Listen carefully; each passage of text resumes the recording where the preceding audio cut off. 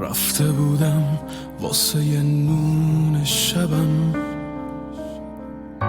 سر خون فروشا فریاد بزنم.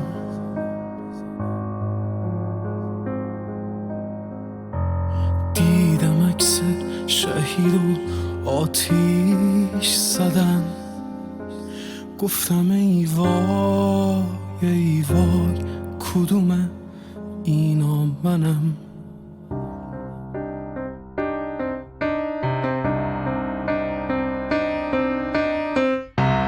یکی میگه اینجا خونه منه، میگه و یه ریز شیشه میشکنه.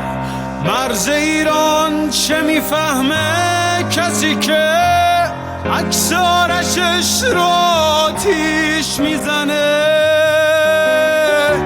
عکس آرشش رو آتیش میزنه.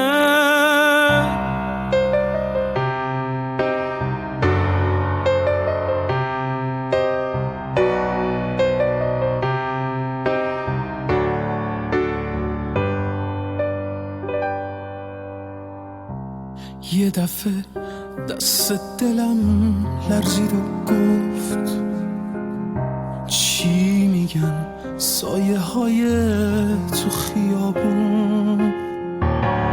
داداشم رفته برای این خونه، اون وره دیوارا قلتیده به خون، اون وره دیوارا قلتیده به خون. کی میخواد خاک ریز چاره ها کنه؟ حالا سردار سلیمانی ما. کی میخواد محاصره بشه وطن دور از غیرت ایرانی ما، دور از غیرت ایرانی ما.